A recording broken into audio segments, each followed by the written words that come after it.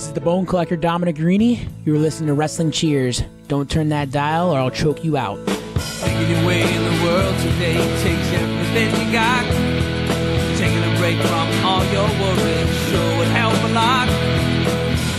Wouldn't you like to get away? Sometimes you want to go where everybody knows your name, and they're always glad you came. You want to go where you can see that troubles are all the same. You want to go where everybody knows your name. You want to go where you can see that troubles are all the same. You want to go where everybody knows your name. And welcome back to Wrestling Cheers, where everybody knows your name, even when you have a sad struggle.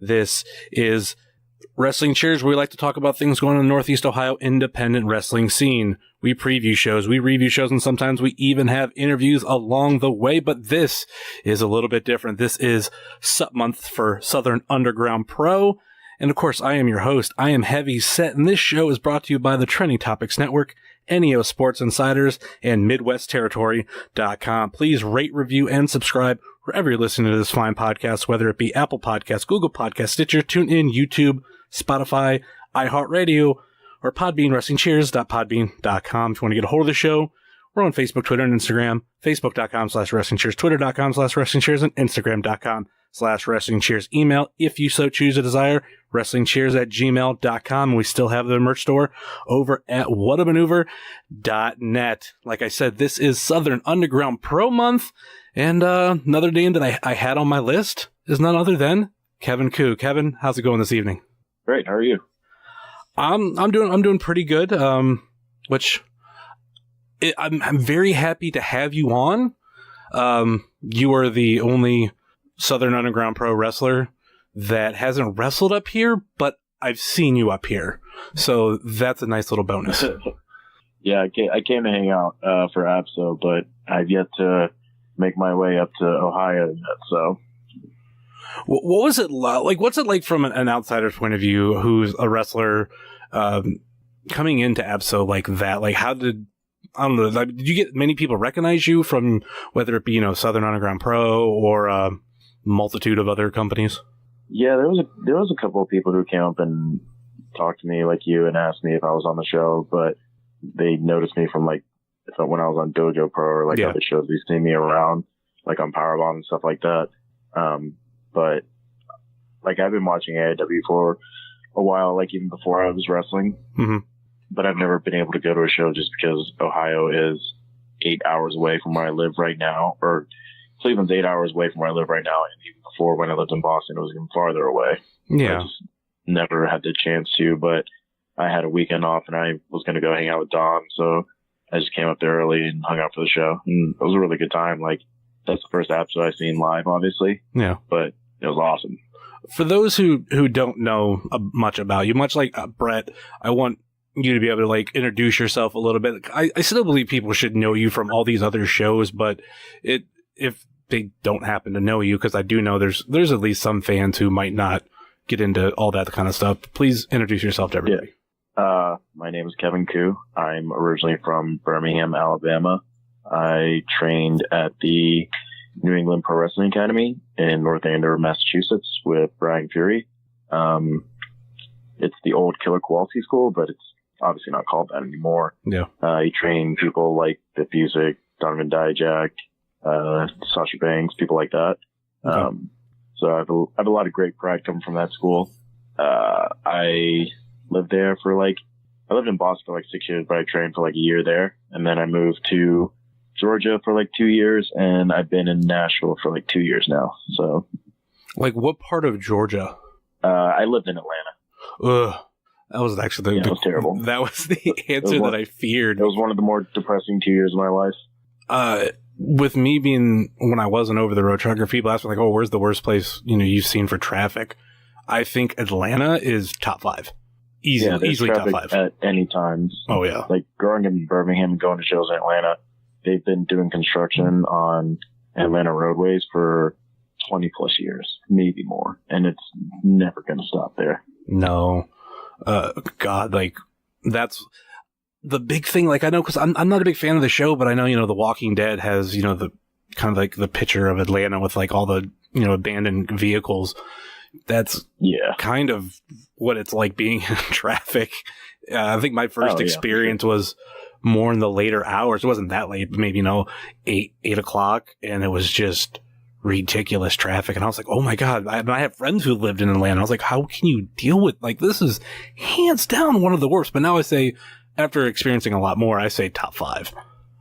Yeah. I mean, I've toured all around the country and stuff like that. And I've never, LA is like one, maybe LA's worse, but like Atlanta is just traffic all the fucking time. Like downtown proper Atlanta, there's never not traffic there, and it's ridiculous. Like I understand places like New York, Chicago, and LA, like those like are complete givens, but there's other places. Like I always say, like one of the worst is in between DC and Richmond, Virginia on 95. Yeah, those are really bad too. Like if you go, especially if you go in the middle of the day, you hit that place maybe right around 4 or 5 o'clock. Rush hour is bad enough, but it's just mind-numbingly slow. And like I've known people who live there, and I think it's nuts. Yeah, whenever I go to Nova Pro, it's like they run on Fridays, so I usually get into town around like 5 o'clock. So I have to deal with that traffic every fucking time I work there, and it's maddening. I feel like Nova Pro is the first place I ever heard of you. And with what I would consider a legendary feud with Angelus Lane. Like, that's what, like, the whole, like, what was it, basically killing you, like, where you broke your neck or whatnot? Yeah, I mean, I actually broke my neck. Yeah. Yeah. Like, that was a real thing that happened to me. And she certainly didn't help the situation. Like, I can say now because she's retired, but she didn't actually break my neck. Yeah. I broke my neck the night before. Okay. And she did drop me on my head, so it didn't help the situation. But she didn't, like, do the initial damage to it. But, yeah, I was out for, like, I couldn't do anything physical for, like, 4 months. And then I just had to do physical therapy and stuff like that. And then I broke it in August. It came back early, which I probably shouldn't have done, but I did it, to Black Label at like the middle or end of October. And that was my first show back. And then I just kind of took it light the end of 2017. And then this whole year I've just been going really hard. So Angelus, that was probably one of my favorite like set of matches that I ever had. Like she's the first, I've had her in gender matches before, but she was the first person actually that I've had like a quote unquote hardcore style match with, and I had a lot of fun. So, like I said, for me, it was at least that feud with her put you at least on my mental radar of like, oh, like Kevin Koo, like this is something that's going on. Honestly never got a chance to go back and watch them. Eventually I'll get around to it, but it was cool to then like see you in other places such as, Southern Underground Pro, Dojo Pro, all that kind of stuff. You tag with Dom, and obviously that's, one of the biggest up and coming names I feel in Cleveland. How did that come about? Because it's from an outsider's point of view, it's really cool when you see two very young, talented wrestlers like from different locations find each other and make a tag team out of it. And it's from the outside, like I said, it's really fun to watch. Yeah, I appreciate that. Like, it's weird because it just kind of came up out of nowhere. Like, where was the first place we tagged? I think the first place we tagged was at PWF, and we just like, it was an off the cuff thing. And we're just like, let's try this. And we didn't know how the logistics would work since we live 8 hours away from each other. Yeah. But I literally talk to him every single day. Like, he's my best friend, and I talk to him more than my parents. I talk to him like all day, every day, just about like life and bullshit and stuff like that. So like with tag teams that live in the same state, we make it work where we literally just text all the time. Like, he's my wife or my girlfriend. And we're trying to we've been picking up a lot of steam, I feel like, and just trying to make this like a full-time thing as much as possible that we can. Obviously we still take singles bookings and stuff like that, but if we have someone wants us as a tag team, that's our preferred way that we want to be booked. I think too that you have it to where there's a handful of companies out there that where you guys were both in as singles, and then when this kind of started to pick up steam, and like I noticed it was in more and more places. Like I think maybe at first I kind of noticed the pairing in Nova Pro, and then next thing I knew, it like kind of like went over more into Southern Underground Pro, and then I wasn't really ever off on PWF enough, and then I started getting them slowly but surely, and then obviously that's another place where you team the now tag team champions there. Yep, and we were just in tournament for tomorrow for Beyond. Forgot about Beyond. We're tagging at Black Label 2. Mm-hmm. We have a match next year with Anthony Henry and James Drake, Four Horsemen, or JD Drake, whatever he goes by now. So we're getting a lot of cool things happening. And like this started, like when the exact beginning of it, like would you say? We've only been tagging for like 6 months now, if that. Okay. Like I said, it just was just a super random thing that we just started tagging at like PWF, and PWF and Nova were the two first places that we tagged at ever. Mm-hmm. And then Black Label shortly after that. Those were the first three places. So like, I think that I pushed heavily for it at Black Label because I have never done tag team wrestling really before. I've been like in fuck all tag matches, like random partners and shit like that. That, you know, I knew the guy, but we never had any like real chemistry. But I feel like mine and Dom's styles complement each other really, really well. Mm-hmm. So I like pushed really heavily for it to happen at Black Label because I was in a tag team there, but that wasn't really happening or really going anywhere the way we were. So I just wanted it to happen there, and then just kept picking up from there. Mm-hmm. One other wrestling related topic. I don't normally like doing too much about wrestling because I have like 3 topics that are non-wrestling, and I think those are going to be huge things, but I want to get some wrestling things out of the way. You are actually, you know, involved with the organization and everything of Southern Underground Pro. How did that come about? It was kind of like a joke where me and Jesse, we've been friends for a good long while, and when I moved here, we talked about doing like a one-off show with like a bunch of our friends, and we would just buy like a really shitty medal, and whoever won the tournament would win that. And then a week passed, and I was like, hey, I found this like kind of shitty trophy. Let's just have the winner win that. He was like, okay. And then he texted me like 2 weeks later. He's like, hey, so I found a belt online. Let's just get that, and you know, we'll just do it from there. So we did the show. Our first show actually sold out at like this cool punk club in Nashville. Mm-hmm. And then we just kind of did it show by show. That's pretty much how we still do it. We do it show by show. Like, well, if this one doesn't work out, then we just won't do another one. They seem to be picking up steam. Something like I mentioned to Brett, and I know I mentioned to Jesse, but I don't think it might have been like through text messages. And that's like how like the Halloween show last year, it seemed to be like a pretty empty show. Like not as many people were there. Like compared to like, cause I at this time when I'd watched that, I'd already seen a couple shows later. So I was just like, oh, like maybe something was going on that day. And then watching like 1 year later, it's back to the packed, bar. And that's something really cool to see. Like I don't know much about the Nashville scene, but at least what you guys are doing is just, it's catching eyes. And I don't think if I would have had an appreciation for Southern wrestling if it wasn't for, guys like you, Jesse bringing a couple things to my attention. And then, obviously Chandler Biggins, who was up here, who was constantly bringing in, a lot of the Southern style. And I feel like AIW doesn't have that as much anymore. So now it's like, oh, well, there's Southern Underground Pro. I'm kind of getting the same thing.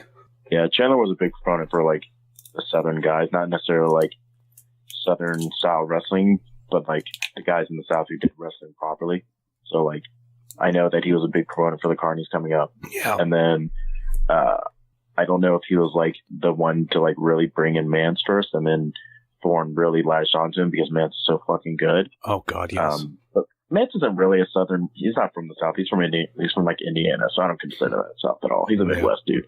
But yeah, like Southern wrestlers get a really bad rap, I feel like, because there's just like that thing about it where like we're all just a bunch of fucking weird hicks that just wrestle, quote unquote.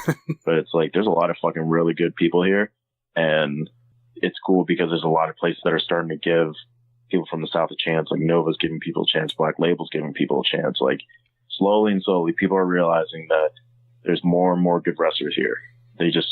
Everyone just needs at least one shot, you know? Yeah. And if they either sink or swim, that's pretty much what it is.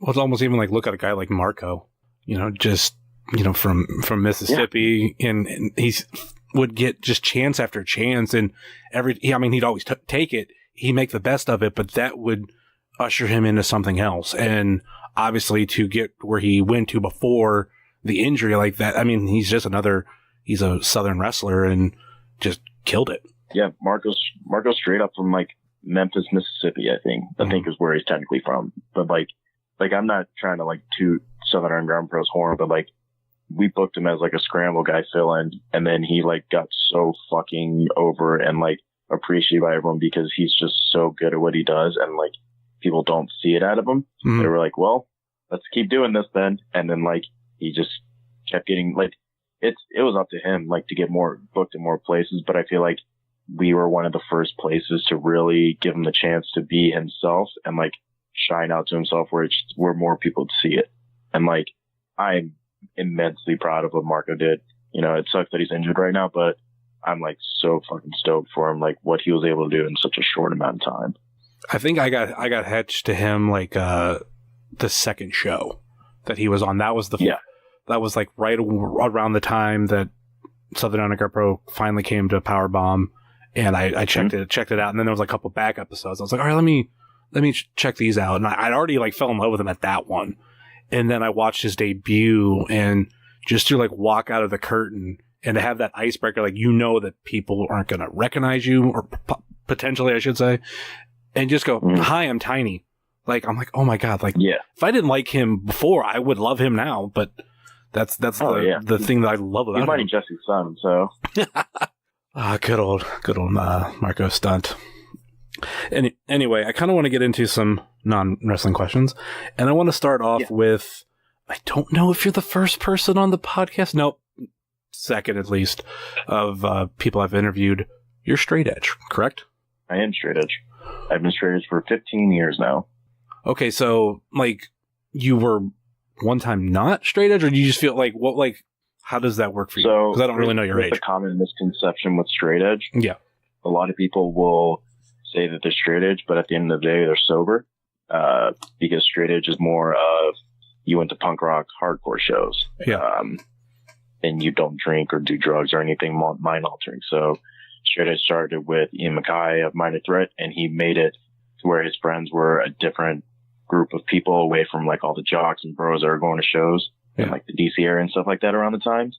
So they just call themselves straight edge. It's not meant to be like everyone who is just like, I'm abstaining from like drugs and alcohol and stuff like that. Like you're not really straight edge unless you just, grew up going to hardcore and punk shows.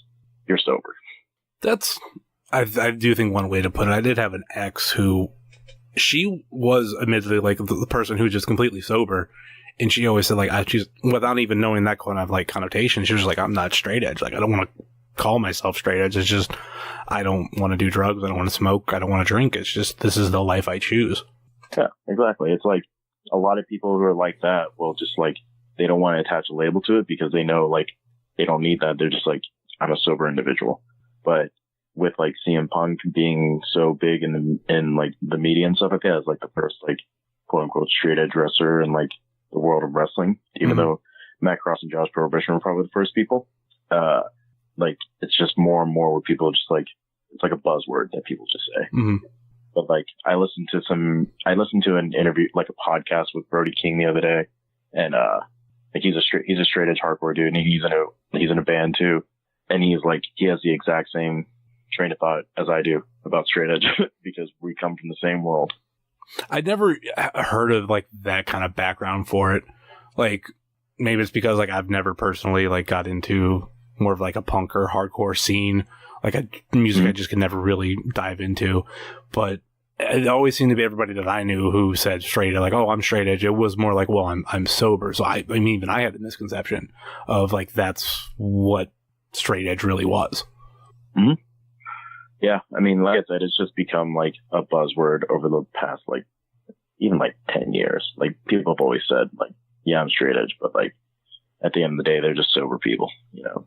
And you're straight edge you're actually straight edge if you went to hardcore punk shows growing up and you were around your straight edge group of friends and stuff like that. So I was curious if like there was anything, was it just that type of, you know, growing up listening to that music is what made you not want to, you know, get into anything like drugs or alcohol or anything like that?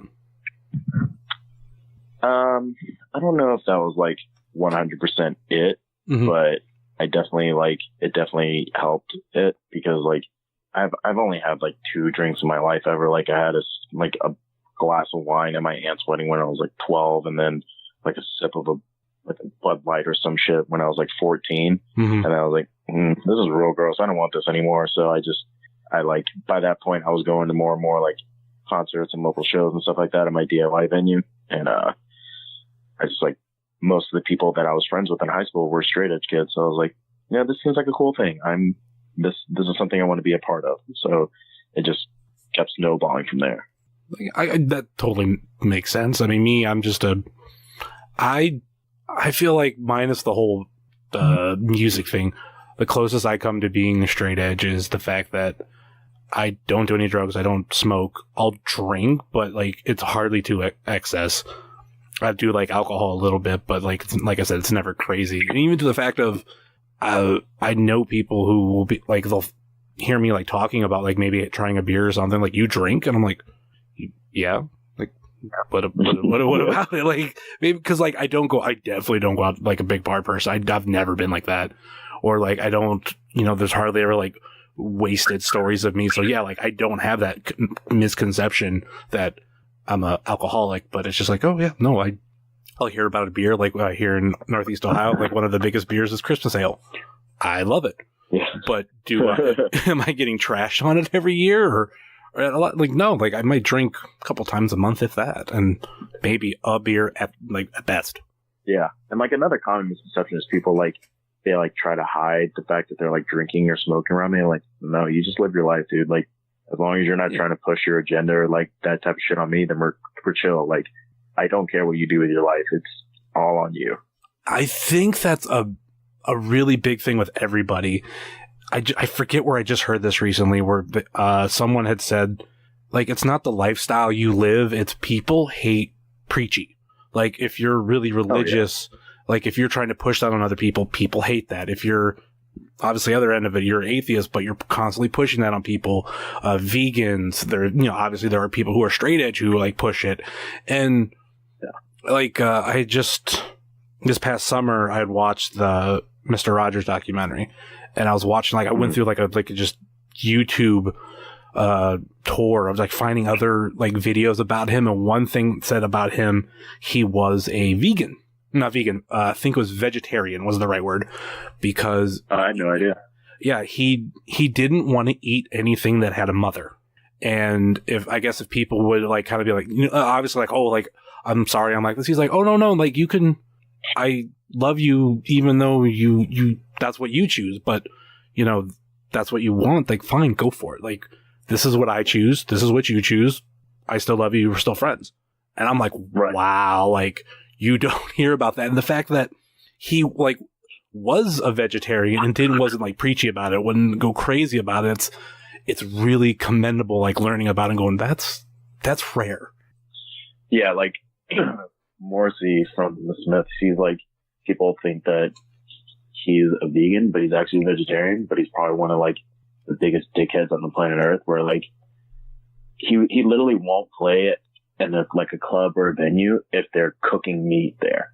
But like, you're not even fucking vegan, man. You're just vegetarian. Like, I'm sure as shit that you still eat cheese and stuff like that. Like, yeah, he's just so hardline about that stuff. And people who are like that, like, just annoy the ever loving shit out of me, man. Like, it's just I feel like it's more for appearances than they're just doing it for themselves.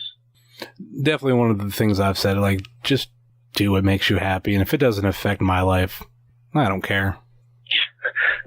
That's pretty much it. Like, and like, there's so many of my friends who have like broken edge over the years, and like for some reason I'm always the one that they tell. And I'm like, my one friend, when he moved to Chicago, like I went to go visit him, and like we went to this like nice place to eat and stuff like that, because my first night there, and he was like, hey, I got to tell you something. It was like a really serious time. I was like, okay, well, what the fuck? Like, what'd you do? What'd you do wrong? He was like, I kind of started drinking. And I was like, okay, was that it? Like, you're not hurt, or you didn't hurt anyone? Like, no. He's like, no, I broke it. I just started drinking. I was like, cool, man. Well, if you want to buy a beer, you can have one. I don't give a fuck. Yeah. It was like, everyone just expects me to like hate them and accost them forever. I was like, no, you're not straight edge anymore. You're a sellout. No, I don't say that. Sometimes I say that joking to them. But like, I really don't care what other people do as long as it's not affecting my life. Let's go from straight edge to another happy topic. And I'm talking about this. I did not know about you. I've been told you are a huge fan of Disney. This is the first year in 5 years that I haven't been to actual Disney World. And it's very depressing to me. But I love Disney. Have you been to Disneyland? Yes. I went there 2016. Okay. And I went there as a kid, apparently, but I have a really bad memory. So my parents told me I did, but I don't remember it. Which is better? I've never been to either of them. It's all subjective. Like, Disneyland is smaller, but it's really cool because Disney actually walked the lands there. Yeah.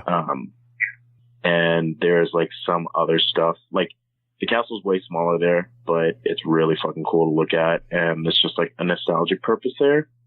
Everything is so much bigger at Disney World because it's literally, they bought just an entire city pretty much and made it themselves. Mm-hmm. So like, there's good and bad things. Like, the California Adventure theme park part is fucking awesome because they have the roller coaster there, and I love that thing. But they're building a lot more stuff at Disney World. So at the end of the day, I think I like Disney World more because there's just like, I can take a proper like week-long vacation there if I really want to. I feel like there's a really weird prerequisite to be a wrestler and love Disney, because it's like you're obviously not the only wrestler that loves Disney. The funny thing that I think from my point of view is when Ethan Page was posting a lot of like video journals, especially when he was in Japan, like he did a couple like Disney videos of when he was there. And because I watched those videos, my YouTube was like, oh, here's these Disney videos. Like, here's these Disney videos of like tips for the park. And like, I just kept watching them and I'm like, I'm in my 30s. Yeah, I watched now. I'm a freak. Yeah, I was like, I'm in my 30s and now I want to go to Disney World more than ever. What is wrong with me? It's like, it used to just be like a kid's park, but like now people can drink there, and they've done a lot more adult rides, made it adult friendly. So like parents don't want to like shoot themselves in the brains while their kids are just yelling at them the whole time. Yeah. So like, it's way better for adults than it ever was when we were kids. And like, I love it, man. Like, I've never been during Christmas time. I've been during like Halloween in the summer and stuff like that, and right after Christmas. So I'm trying to like figure out a way for me to go there during Christmas time. Like, I've been trying to figure out ways for me to spend money to go there in the next couple of weeks. Wow. How far is that from Nashville? Driving, it's like 9 or 10 hours. I would say that's not too but bad. I've been to Universal twice this year. Okay. Me and Wilkins from Chicago 2 went just like on a week's notice because we both wanted to go. Now he knew I was sad, so I was like, yeah, I'm going to do this cheer up. I go, okay, sick, let's go. So we spent 2 days there. And then me and the Carnies and O'Shea went before we did Fest during Halloween time. Okay. For Halloween Horror Nights. So that was awesome. Like, I've never, like I said, never really been into like going to those theme parks. I do know when I went down for WrestleMania a couple years ago that I was like right around the park because AIW ring announcer Steve Guy, I had to take back some AIW stuff, and that's roughly where he was. Like, that's the closest I've been, but still, like, learning all the history of that park and like the culture, like, it is one of the biggest wormholes I've ever come across. Because, like I said, dude, I get real nerdy into it. Like the whole, like, obviously there's the whole inside secret stuff. Like that is probably seems to be the most interesting that I've ever come across. That obviously there's I have friends who work for Disney and they're like, they can't tell me anything, but I'm like, I read all like the creepypasta and the Reddit stories and stuff like that. Yeah. And like, I watch a lot of documentaries about it. And it's just like the way that they actually bought the land was so sketchy and awesome. Mm-hmm. But it's like so sick. Like there's that stuff. There's some stuff I don't even, because like I said, I'm not back into it, but like the secret club that they have, and there's like a secret entrance. Club 33? Yeah, that's what it is. Of course, you know, but like I got real jealous when I saw Johnny and Candace got to go in there. I was like, God damn you bastards. Of course they would freaking get in there. Like of all the they had their wedding at Disneyland, like these assholes. So jealous of them. On a side note, I'm waiting for the day that Johnny publicly crosses paths and there's like they do more with like a guy like Zack Ryder, because he's at Disney all the time. Yeah, I mean, hell, if I lived in Orlando area, Tampa, whatever, and I worked for WWE, I would 100% have an annual pass. Like I've said it since like the beginning of wrestling. Like if and when I get signed, getting a townhome, and then I'm getting an annual pass. And anytime I'm not like wrestling or anything like that, anything wrestling related, I'm going to be at Disney World. I would, like, from the outsider's point of view, I would kind of be jealous of anybody who lives in that vicinity, because people like me and you, or wherever you live in the country, like going to Disney World is a big deal. But when you live that close, it's like, what are we doing next Saturday? Nothing. Oh, let's go to Disney World. Like, yeah. It's just super casual for them. Yeah. Like, you know, the people from the indie cast, like they live close enough where, you know, they go a lot. And I'm like, I can't fathom that. The closest thing I have, and even I don't go a lot, is Cedar Point. Like oh man, I love Cedar Point. I'm about like an hour and somewhere between an hour and a half. I know it's not an hour, but I feel like an hour and a half. I haven't been there since 2011. And I think that's around the time I went there, actually. I went on a company that I worked for literally like 4 months. I was around the time of they had a company picnic, and that's where they went. And I haven't been back since. And I think what kills me is there was a smaller park, even closer, was Jogga Lake, and then it was bought by Six Flags. Then Cedar Point / Cedar Fair bought it, turned it back to Jogga Lake, and then they officially closed it down 100%. Couple years ago, but they were slowly but surely like, oh, it has all these roller coasters. Then a couple years later, like, about that, we're gonna get rid of all the amusement park side. We're just be a water park. And then eventually, after about 5 or 6 years of the water park, they're like, yeah, we're done. And I'm like, that was more my childhood. But yeah, like I said, the Cedar Point's close. When you were up here, did you go to Cedar Point? No, I didn't get a chance to. I only went once. I think around like 2011 time. Like, I used to hate roller coasters, but really, my friends told me that we were going to go on a trip, and that I had the biggest car, so I drove all the time. So we went there. I was like, well, fuck, I'm here. I'm not going to not ride roller coasters. So at the time, there were 16 roller coasters there. We rode 14 in the first day we were there. And I got vertigo real bad. But I loved every second of it. I loved roller coasters, but as I got older, like when I went in 2011 or 2010, actually, I got so like sick. Actually, no, it was 2011 going back, but I don't know. When I rode roller coasters, I just got like dizzy and everything. I'm like, I was like, as a kid, literally when Jogga Lake was starting to like lose its popularity, I would be the like first seat of a roller coaster. We'd come back, there'd be nobody, and they'd be like, all right, go again. Hell yeah, let's do it. Now I'm like, ugh, I can't fathom getting on another roller coaster. And it's not like I'm scared, it's just I remember just getting so like dizzy and sick. I get really bad motion sickness, and there's one ride at Universal in the Harry Potter part where it's like you put on the 3D goggles and you're like kind of on a half roller coaster thing. And it always kind of fucks me up by the end. And one of the last times we went there, like we got off and one of the workers was just like, hey, you guys want to ride again? I was like, really want to, but I will throw up if I do right now. Now, you're a big fan of Disney, but how well with the parks? What about the movie side? I love them too. The only one I haven't seen is Princess and the Frog. Okay, but I'm trying to like find that to watch. But I love Disney Pixar. I think I like the Pixar side a little bit more than Disney, but all about both of them. Disney has the history, but Pixar, since they became about, they've had a lot of hits. I don't want to say that it's been constant hits because there are a couple that Cars 2. Yeah, there's some thinkers. Yeah, there's some ones that, or even ones like I've seen parts of Ratatouille, but it was never a movie that I was like, yeah, I really want to see this. But I know like there's people out there that love it. I'm like, Yeah, Ratatouille's fine. Like Pixar knows how to like fuck you up real badly. Like Up, I will cry every single time I watch that movie. Literally every time I'll cry. The story that I tell about Up is when I first seen it. Like it was in the theater. I didn't know anything about it minus the trailers. And I had seen that, he's really like he's a kid and he meets Ellie. Mm-hmm. It meets her and he's in love and they're showing all these things and I go, he's an old man in the movie. A grumpy old man. Oh shit. Yep.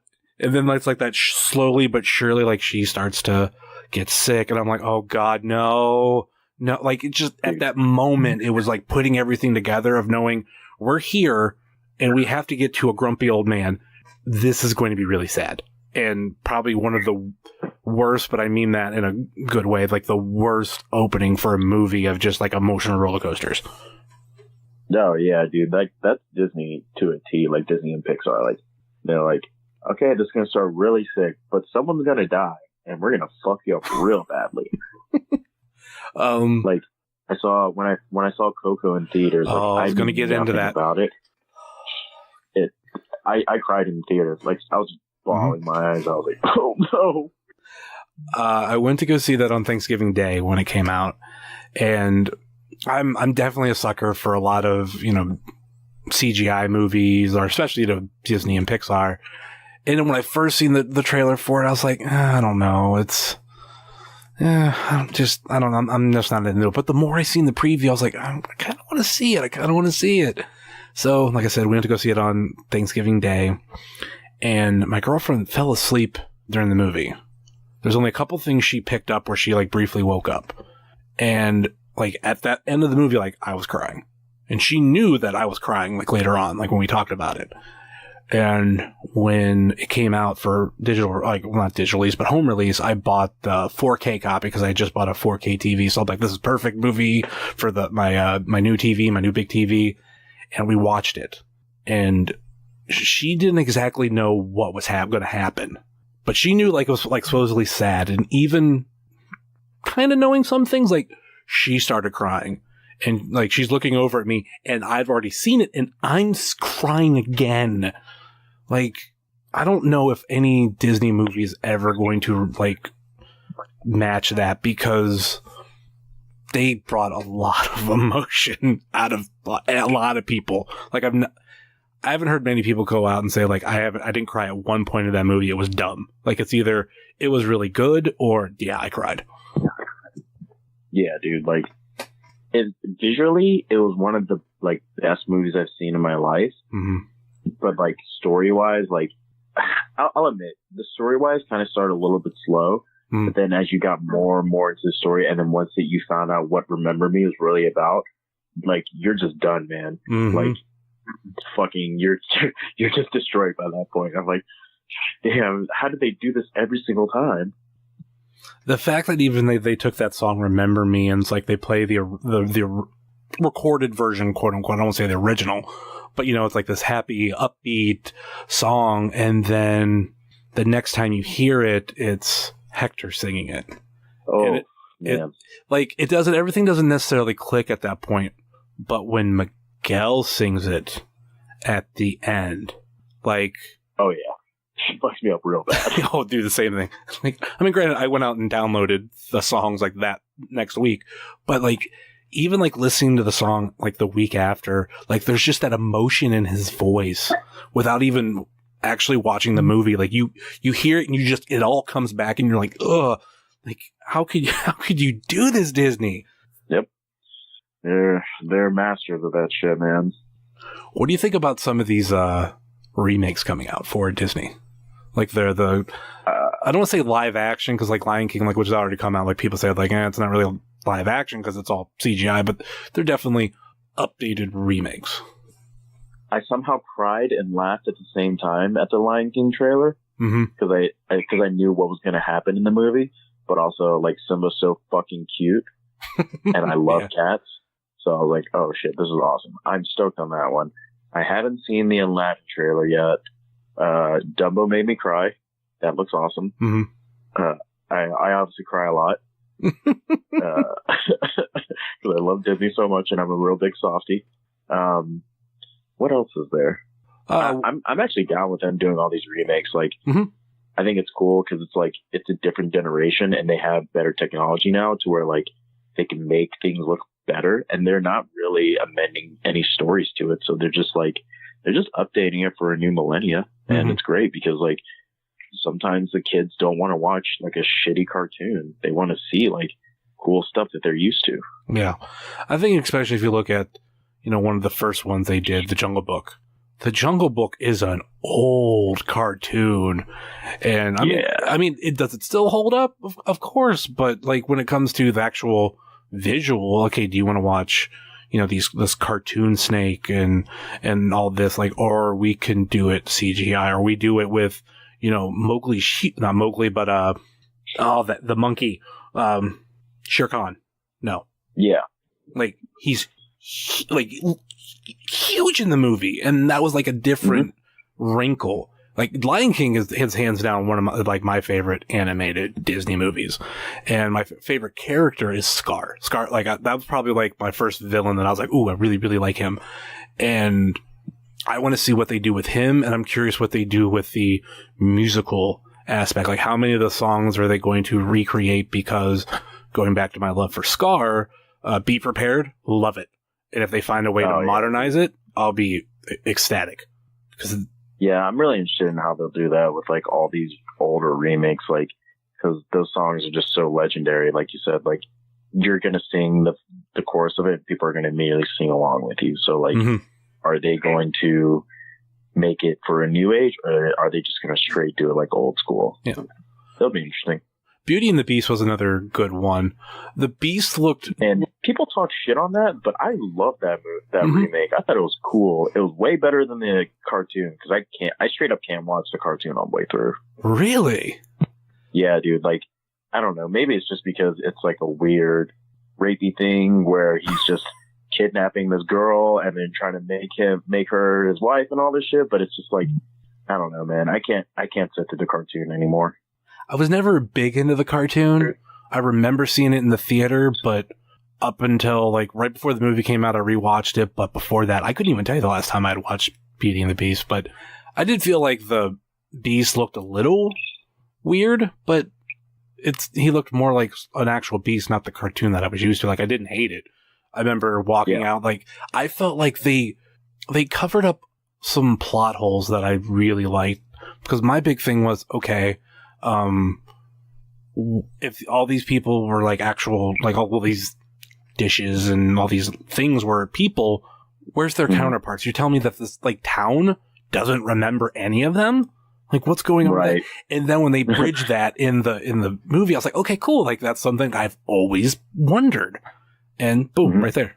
Or I think the thing that I liked too was talking about how like not everything used to be a person. Like, no, that's just not whatever. I forget what they use. Like, no, that's just that. It's nothing.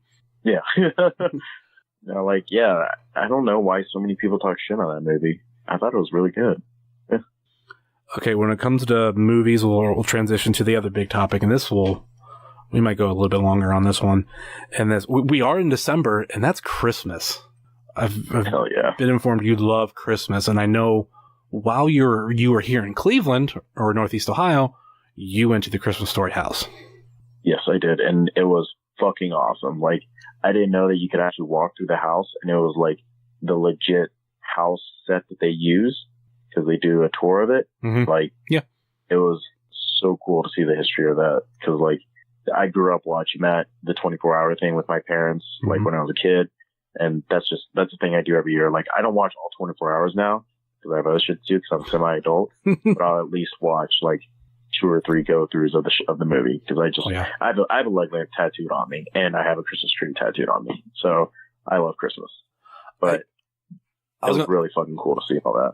I feel like with The Christmas Story, that's the best time to watch it.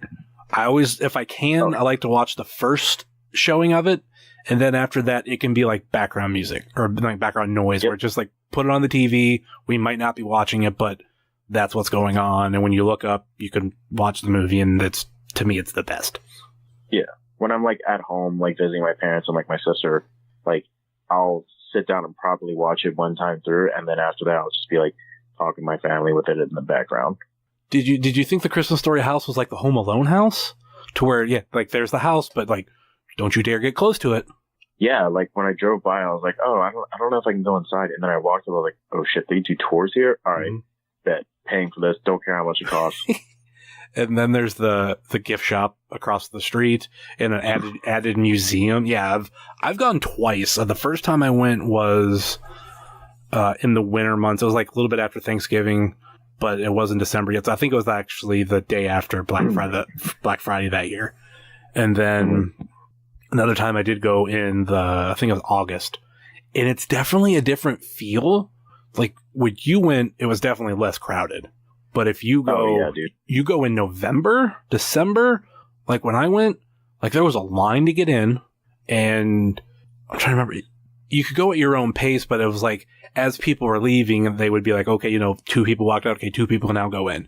Like there was definitely a capacity there because they don't want to, overcrowd it. But the second time was more of a quote guided tour, but you could still like watch, do whatever you wanted, and go upstairs, all that kind of fun stuff. But yeah, it's a really cool gem if you love the movie and you're in Northeast Ohio. I always tell people, like, I wouldn't come here just for that, but if you're here for something, like, it's definitely some like really cool thing to cross off the bucket list, especially if you love the movie.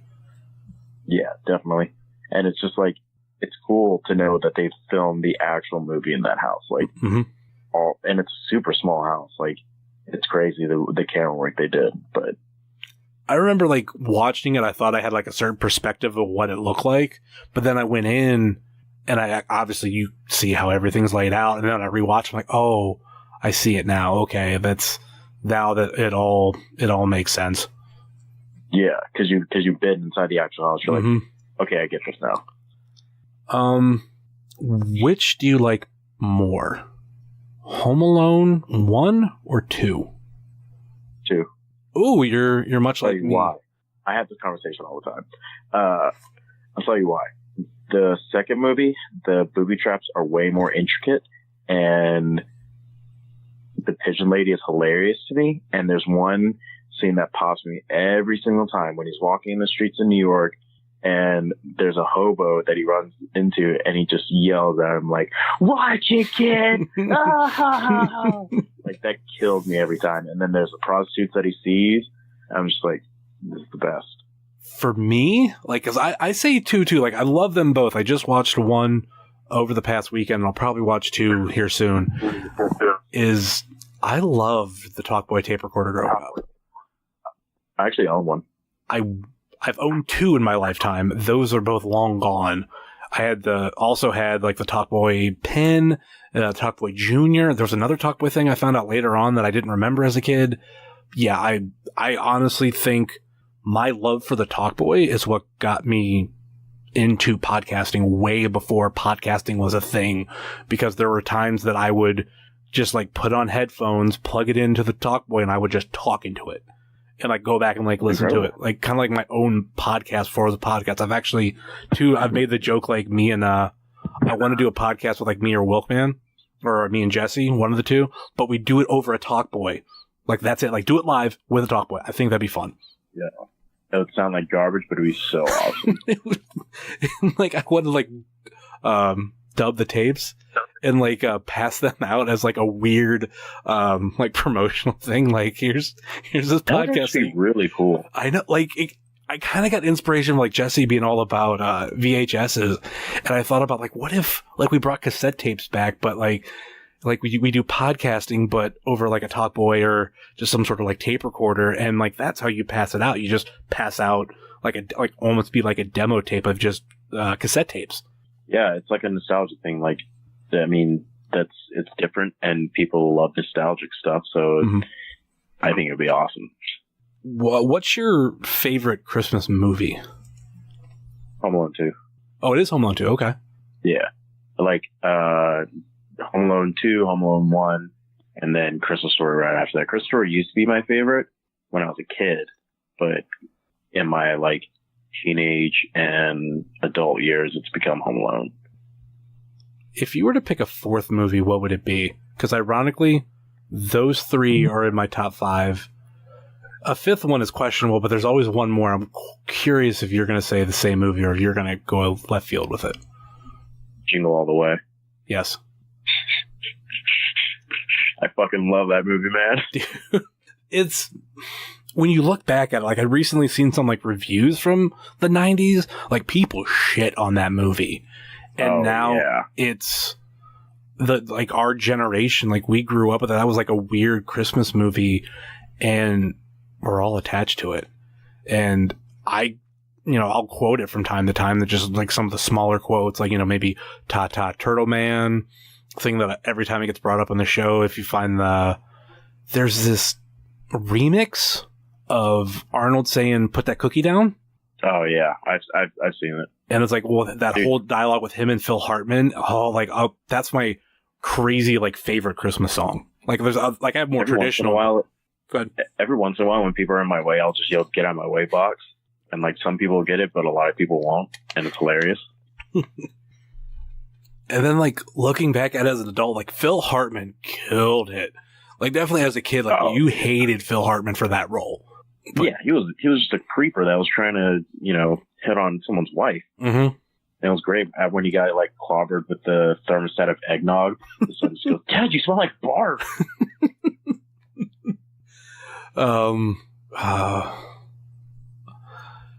don't want to get too personal, but like I recently had like an issue with my dad, and like in my head, like on Father's Day, I pictured Jamie doing that, like, "Here's to you, Dad," like drinking. Like that's what I pictured in my head.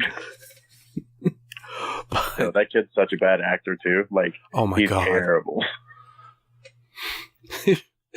Also, like watching it now, like if you look at Jamie's room, Jamie, like that character was ahead of his time, because like he had like comic books just plastered, like huge Captain America, and like in the 90s, like I don't feel like that was nearly as big. Like if that was an actual kid of that time, it probably would have been like Power Rangers. But then again, let's face it, Turbo Man was like a rip-off Power Ranger, but still, I felt like there'd be other things, but they did like with Marvel, and now you go, oh yeah, that's like a kid now.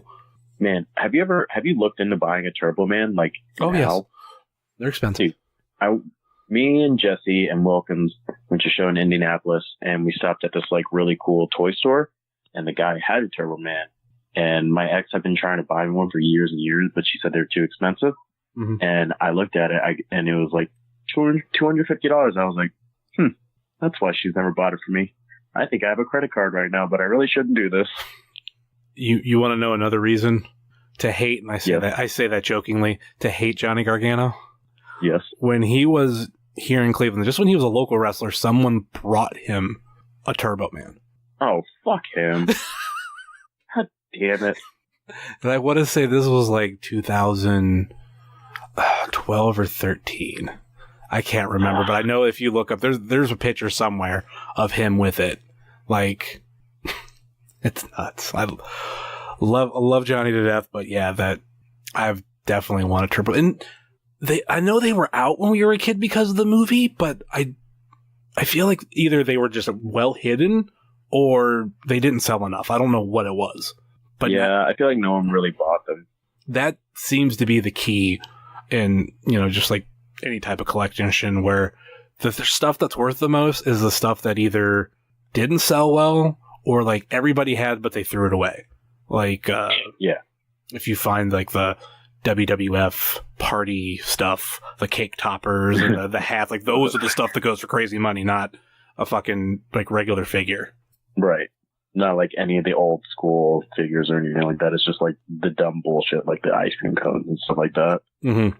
And then the figures that go for the most money are like I said, the ones that didn't sell. Like, I had kind of looked into some Atom Bomb stuff because I always loved that he had his own version of the Bret Hart glasses, but they were for him. And they were supposed to look like his goggles. Never got a chance to get one as a kid. And obviously, like, not many people bought them. I ended up finding one on eBay a month or so ago, and it was like $100. And I was like, I can't afford this right now. I'm like, I'll watch it. And eventually someone fucking bought it. But, like, that went for a lot of money. The Atom Bomb football that he used to, like, throw out into the crowd, and I know they did sell, that was once on eBay for about $100. And his figure goes for a lot of money, too, because it was at the end of the Hasbro stuff, where just people, like, especially him, like, why would people buy an Atom Bomb figure when they can buy a Bret Hart or Undertaker? Right. All right, let's start to wrap this show up. And we before we go, we do have the Fave 5 questions, and we'll get into those right now. Hey, this is Booker T, 5-time champ, and this is the Fave 5 questions. Now, can you dig it? Question number 1, we will start with wings, bone in or bone out? Bone in. Those are actual wings. Bone out are just tenders. Ooh, that's different. Everybody says nuggets, so saying tenders is technically a different take. Well, nuggets are smaller. Okay. So I guess it depends on where you're going, because everywhere will have a different size, like quote unquote boneless wing.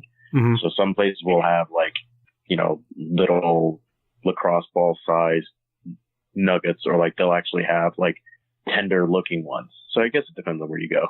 Okay. This is one of the most common questioned independent wrestlers. You've probably been asked it. I think I might know where you lie, but sheets or Wawa? Sheets. All day. Ooh. When you were up here, did Dom introduce you to Gecko? He did not. What is that? Ooh. I'm going to have to, I don't want to say yell at Dom, because I would never yell at Dom. I would have to mention it to him that we have, like, our own area, like in our area. It's like Sheetz, it's like Wawa. It's a gas station that's owned by a supermarket called Giant Eagle, and they started a gas station line called Gecko, and eventually they started doing the made to order stuff. And some people like me, Josh Bishop, and Dom, like, we consider ourselves like Team Gecko. Like, I love Sheetz, but if you're going to throw a Sheetz at one corner and a Gecko at another corner where I can get made to order stuff, I'm going to go there every time, because some of their crazy sandwiches is just amazing. And so I don't know, I prefer it over Sheetz, but the big question is Sheetz or Wawa. So interesting. I'll have to try that next time I'm up there. Definitely. The best time, and like a lot of us who are in the area, I guess it's like the most popular sandwich they have. They have it from early October to a little after Thanksgiving, and it's called the Pilgrim. It's like stuffing bread, turkey, mashed potatoes, cheese, and you can get cranberry sauce on it and tater tots. Maybe it's not mashed potatoes, you can get tater tots. Yeah. Oh. Like, okay. It is. I like that. Literally, like, I thought I was the only one that really loved it. And then I kind of brought it up on Twitter, and other people were like, oh yeah, like, that's my favorite. Oh, that's my favorite too. And then another friend, he mentioned what he does is he'll take the stuffing bread and use it for another sandwich, because obviously it's part of their inventory. So whenever you customize any random sandwich, you can add that bread when they have it. It's some good stuff. It's the I want to say the option C of the area that's just so good. Option C, I like that. Let's go with question number 3: pancakes or waffles? Waffles. Any particular reason? They hold syrup better. Okay. And I don't want to eat a cake. Well, I do want to eat a cake, but I don't want to eat a cake in that sense. I'm a texture guy. Okay. So I like crunch, and most of the time waffles are crunch. Regular waffles, or can it be a variety? Like, what do you prefer? I usually just go straight up. But sometimes I'll go crazy. I'll get a chocolate chip waffle every once in a while, but I'm all about Waffle House, so I'll usually just get the All-Star Special with a regular waffle. That's one question I'm surprised I've never added a Waffle House or IHOP, but Waffle House all day, man. Depends on my mood. I like Waffle Houses, but they're all really small. And if you go at the wrong time of night, it could be hell. Same could be probably said for a lot of the best part IHOPs is you're gonna see a fight. That's true. That's true. Question number 4, probably going to be a theme that I do with everybody from Southern Underground Pro, and that is we have the AJ Gray question. I normally ask for hot takes, but every time I ask people, they don't seem to understand where I'm coming from. So do you have any unpopular opinions, such as AJ Gray, whenever he's on social media and just says a whole bunch of them? I got his permission to use that, so... I'm sure I have a lot of unpopular opinions. Like, I just can't think of any off the top of my head, really. I think that's the weird issue about this, because it's like such an open field. But then, like, I mean, I'm definitely a Coca-Cola guy over Pepsi, but I don't think that that's an unpopular opinion because Pepsi is trash. That is a potential Fave 5 question. I didn't ask it, but yeah, I'm hardcore Coke. Pepsi is. There's a comedian from Ohio who he's made it somewhat big. His name's John Caparulo, and I heard this joke early on from him, and I repeat it all the time. And he says, "Can we have Coke and Pepsi in the same building? I'm getting tired of going to places. Can I have a Coke? Is Pepsi okay? Is Monopoly money okay? No, it's not, because Pepsi sucks, and you know it sucks." I went to a restaurant with my friend like a couple months ago, and someone said that to me. I just go, "Give me a water." Like, I was so mean to the person I didn't mean to, but I was just like, I try not to drink a lot of caffeine unless it's like coffee. Mm-hmm. And I was just like so disappointed at that time because I really wanted a Coke and I felt really bad. Yeah, I think there was one restaurant I went to and I actually I don't think I ordered Coke, but someone else did. And the waitress was like, "Is Pepsi okay?" And I went, like just kind of under my voice, but loud enough where she could hear. I was like, "Is Monopoly money okay?"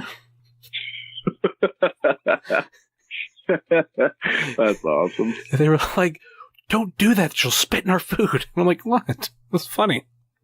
Yeah, she spits in your food, you get free food. And she probably gets fired. All right. Question number 5. And this is the Wilkman question. And this is another thing we're going to ask everybody from Southern Underground Pro. We actually have a prediction from Brett of how you would answer this. Is Die Hard a Christmas movie? It is a movie that is set in Christmas, but is it a quote-unquote Christmas movie? No, because that is not the plot of the movie. That is exactly what Brett said he would say. Not exactly that, but he said he would disagree because he said, "Fuck yeah, it is." And I'm like, personally, I'm very much like Wilkman. I don't think it's a Christmas movie. And like recently there was a poll that asked people whether they thought Die Hard was a Christmas movie, and I forget what percent, maybe like 64% said no. And I posted that link, and there's like 3 people that almost commented immediately, "Yes, it is. I'm not listening to this." I'm like, I'm just posting like an article. Like there's people that just get really defensive about it. I'm like, yeah, dude, they're just arguing for the sake of arguing because they want to be different than people. But like, let's be real. Look at the movie. It's set during Christmas, but is the plot Christmas at all? No, it's about taking over that building and John McClane trying to stop all these weird German people from taking it over, and Carl Winslow being in the movie. I kind of go, it's everybody who wants to go with this like really crazy oddball answer. And a friend of mine mentioned this a couple of years to me, and I tend to agree with it. Is Die Hard a Christmas movie? Yes. But is it a holiday movie? No. And that's where the real difference is. But it's hard to explain that. People's like, "Oh no, it's a Christmas movie, and this Christmas movie." I'm like, okay, I think when we say Christmas movie, we mean holiday movie, because we think of, there's a certain theme for Christmas movies, and it has to do more with the holiday, and whether it be, like Home Alone, the value of family. That's actually a lot of them, the value of family and, loving one another. And like, that's not the theme, but there's this like unconventional category for Christmas movies. Die Hard's number 1. And then you get like Gremlins, Batman Returns, Rocky 4, and like there's a couple other ones. But I always joke with people now. I'm like, well, if Die Hard's a Christmas movie, then Coco's a Halloween movie. Yeah, very true. So when you're singing like the Monster Mash, I'm going to sing Remember Me because, hey, Christmas movie. I mean, a Halloween movie. But it's also like, do people classify Nightmare Before Christmas a Halloween or Christmas movie? I've always joked around and said a Thanksgiving movie, so it's in between. Yeah, back that. I always say Halloween, but I think Tim Burton or someone was like, no, it's more Christmas. And I'm like, like, I get where you're coming from. But, and then again, I mentioned this with Brett, the writer or director of Jingle All The Way is like, oh, it's not a Christmas movie. And I'm like, okay, like, no. Like, come on, bro. That's a Christmas movie. That's a Christmas movie through and through. Like, I don't know whether you're just like mad that everybody says that about Die Hards or like, I'll screw with them. But yeah, that's a Christmas. You have actual reindeer in your movie. It's a Christmas movie. Reindeer, Santa, going out Christmas shop. Like, literally, you take Christmas out of that movie. Yeah, I don't know. Big Show has Santa in it. Vern Troyer, a.k.a. Mini-Me, as one of the elves. That's another one. It's a Christmas movie through and through. Come on. That's another quote that I'll go is, little buddy? Yeah, little buddy. Or Jingle Bells, Batman Smells. When he tries to pick up the Turbo Man from the Santas and it just speaks in Spanish and he's so bad. It's fun and educational. Some assembly may be required. Whenever I think of the reindeer, I think of them running to the radio station and Arnold Schwarzenegger. I can't do it all, but like Dasher, Dancer, Prancer, Vixen, Comet, Cupid, Donner, Blizzard. Like he's just repeating it as he's running, like at a pace. And Sinbad's like, and then you like when they get to it, you hear like some stoner on the phone, like saying like Gerald or something like that. He's like just completely wrong. I think I remember even like as a kid, like calling bullshit when they get to there and he's like, no, you misunderstood. I said you will get one eventually if you go back. Like, he doesn't say that. I'm like, you lying son of a bitch. Yeah. You said you will win one. That's fucking false advertisement. You deserve that bullshit. With your ponytail. Such a classic movie. That's going to be one I watch really soon. But yeah, I'm probably going to watch it tomorrow, honestly. Question number 6, because like with Booker T, there was more than 5 in his Fave 5. This I tailor around whoever I have on. What is your number one? No ties, no nothing. Your number one favorite Disney movie? Ooh, Toy Story 2. Ooh. Normal. I was thinking you'd either go one, like when you said Toy Story, and then I could tell you were going to say a number. I didn't know if you're going to go 1 or 3. 1, obviously, it's... One is cool for nostalgia purposes. Mm-hmm. 2, I love Jessie and Bullseye. That's mostly why I love it. Mm-hmm. And the prospect was hilarious to me. Oh, yeah. 3 makes me cry every single time. Yeah. That was, I felt like, not the beginning, but like one of those bigger moments that, like, you're at the end of the movie and you're like, oh my God, are they going to do it? Are they going to do it? Are they going to do it? And then, like, just give you like that big emotional moment at the end, like, oh no, they're living. Yeah. It's gonna be the Claw. Claw's going to save them. Yep. How do you feeling, like, obviously it's not one of the questions, how are you feeling about Toy Story 4? I'm obviously going to watch it and I'm going to love it, but I'm really interested in what the plot point is. Mm-hmm. Because they had the trailer with like that weird sports thing that was like, mm-hmm. I'm not a toy, I'm not supposed to be here. Like, what's going to happen there? Yeah. And like where they're going to go with, like, is this going to take place at the daycare? Is this going to be in the little girl's room? Like, how are we doing this? Because obviously 1 through 3 was, Andy's trilogy. Like, are we, is this going to be it? Like, how, like, I felt like in 3, there's a lot of things that they left open for characters. Like with, Rex and, the other dinosaur, like they do something with those two. But, yeah, obviously we didn't see that. So there's definitely more. Yeah. It's going to be hard to see that series eventually go away because That's been around. I mean, I came to life. terms with it after 3. I was like, okay, well, this is my childhood with this done forever. Like, I'll just go back and watch these movies. But now they're like, oh, we're going to do another one. Like, cool. Thanks a lot, guys. Yeah, there's going to be, I don't know what's going to be with that one, but it's definitely going to be a good one. And the thing, too, that I do love about Pixar is they'll have the run where they're doing these sequels that everybody's looking forward to. You know, Cars 2, Finding Dory, which was another good one, Toy Story 4.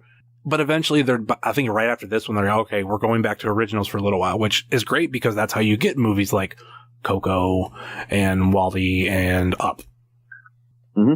Yeah, I really enjoy even the mini movies or the shorts they do before. Yeah, shorts. That's the word I was looking for. But like those are awesome too. Like that Bow one. Oh, that made me cry real bad. Which one? Bow, the one with the bow bun. Oh yeah, that one was. I think it was before Incredibles 2 that they showed it. Yeah, that one was a good one. I feel like all of them are good. Like, I mean, obviously there's gonna always the most recent one will stick in your head, and then there's always like random ones. Like I forget what movie it was in front of, but the one with the like little baby bird in the water.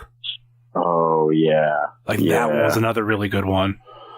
There was another one with like the book bag. Yep.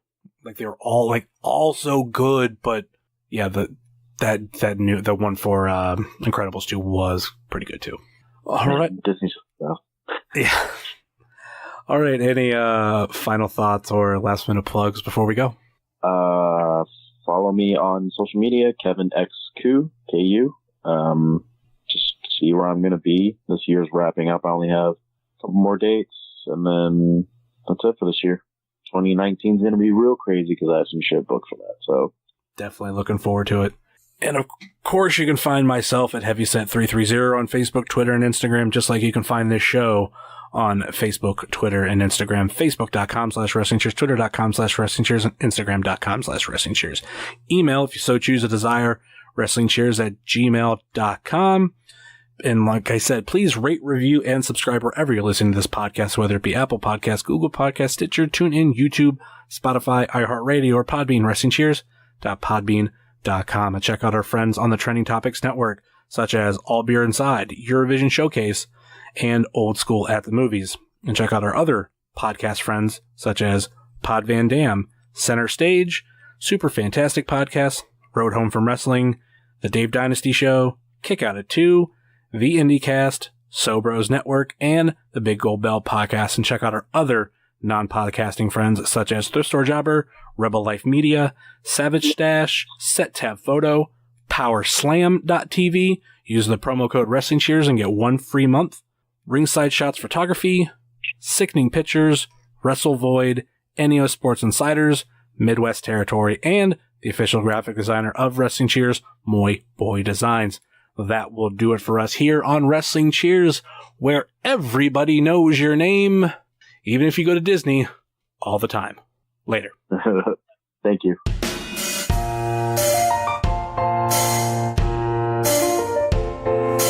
Making your way in the world today takes everything you got. Taking a break from all your worries sure would help a lot. Would you like to get away? Sometimes you want to go where everybody knows your name, and they're always glad you came.